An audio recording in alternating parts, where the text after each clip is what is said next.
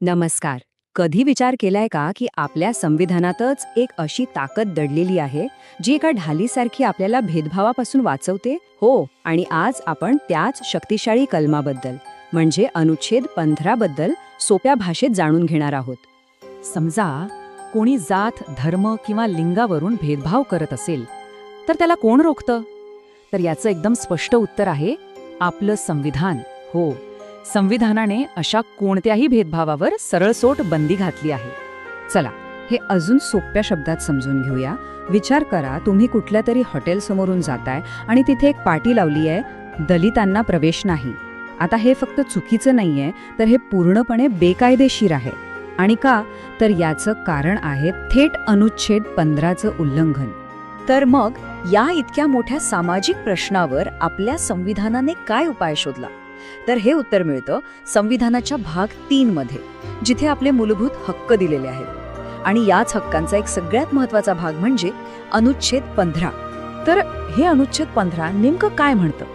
ते एकदम स्पष्ट सांगतं की कोणत्याही नागरिकाशी केवळ धर्म, वंश, जात, लिंग किंवा जन्मस्थानाच्या आधारावर भेदभाव करता येणार नाही. आता इथे आहे ना, हा केवळ शब्द खूप महत्वाचा आहे, कारण ह्याच शब्दावर या कलमाचा सगळा अर्थ अवलंबून आहे. तर मग हे 5 आधार नक्की कोणते आहेत ज्यांच्यावरून भेदभाव करता येत नाही? चला बघूया. तर हे आहेत ते 5 आधार: धर्म, वंश, जात, लिंग आणि जन्मस्थान. लक्षात घ्या, कायदा असं म्हणतो की ह्या 5 कारणांपैकी कुठल्याही एका कारणावरून भेदभाव करणं गुन्हा आहे. आणि हेच या कलमाचं खरंच सामर्थ्य आहे. ठीक आहे, पण हे बंदी लागू कुठे होते? तर याचं उत्तर आहे सर्व सार्वजनिक ठिकाणी. म्हणजे दुकानं, हॉटेल्स, थिएटर्स इतकंच नाही, तर सार्वजनिक विहिरी, तलाव, रस्ते सगळीकडे.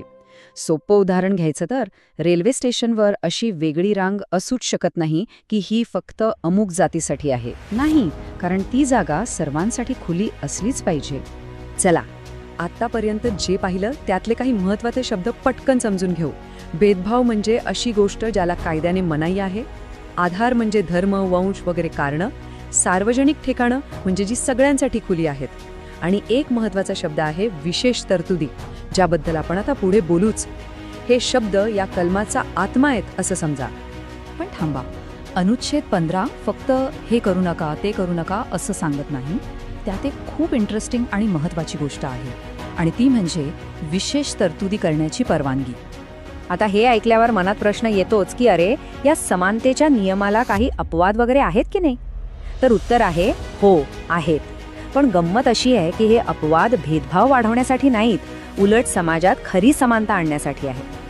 आपलं संविधान सरकारला काही गटांसाठी खास कायदे किंवा योजना बनवण्याची मुभा देतं.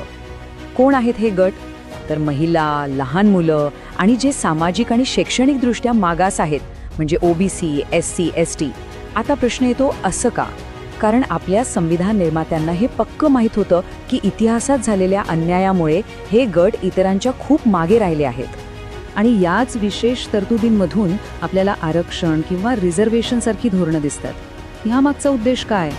तर जो ऐतिहासिक अन्याय झालाय तो भरून काढणं आणि सगळ्यांना एका लेवलवर आणणं, जेणेकरून स्पर्धा समान होईल.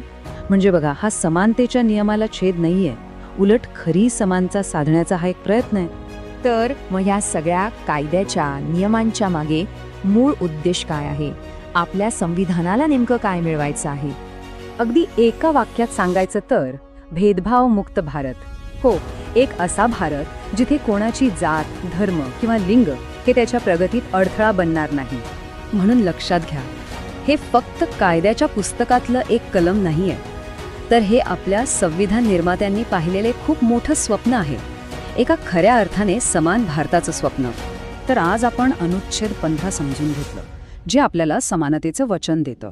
पण जाता जाता एक महत्त्वाचा प्रश्न, हे जे संविधानाचं स्वप्न आहे ते पूर्ण करण्याची जबाबदारी कोणाची? फक्त सरकारची की न्यायालयाची की आपल्या सगळ्यांची? यावर विचार करायलाच हवा.